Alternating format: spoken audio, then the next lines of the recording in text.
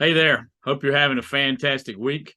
We're edging up on Christmas here, and I got a thought. There's a lot of shopping going on. There's a lot of things going on. There's a lot of people working in retail who are hustling, who are making it happen. But here's a question for you. Are you delightful?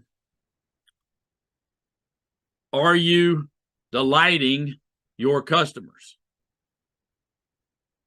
And I'm continuing with my theme of always be. So this would be a D, always be delightful. And if you look at the word delight or delightful, it means joy or joyful. So are you creating joy for your clients, your customers, your patients, whatever you call them? And you kind of look at the word and you get the syllables, it's delight. So it's actually, are you bringing light to the customers? That isn't where it comes from, but it's an interesting when you look at the root and say, well, all right, well, are you bringing light? Are people lighting up when you say it? I mean, here's a question for you. What delights you? Well, my guess is what delights you is something small. Sometimes when I'm just walking around and I see a cool bird that I've never seen before, or whenever I'm walking around and I take a bear, that's cool to see, that delights me. Sometimes just seeing a kid playing in the playground or a dog that runs up to you to be petted. That's, the dogs are smiling, those kind of little things delight you. The other thing that delights you is something unexpected.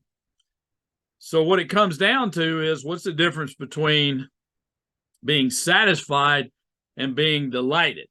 Like, if you're satisfied, you've likely gotten exactly what was promised. Whatever you bought, the meal or whatever, was exactly as promised.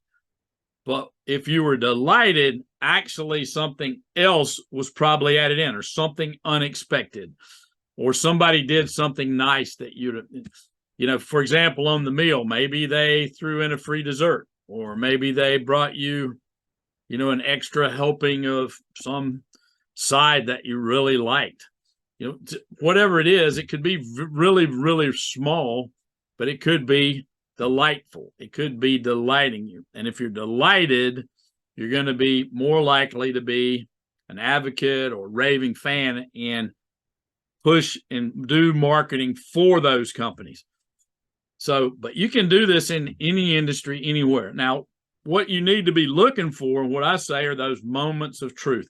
When are those things? Sometimes that might be when something's gone sideways. What could you do to not just rectify the situation, but to delight your customer?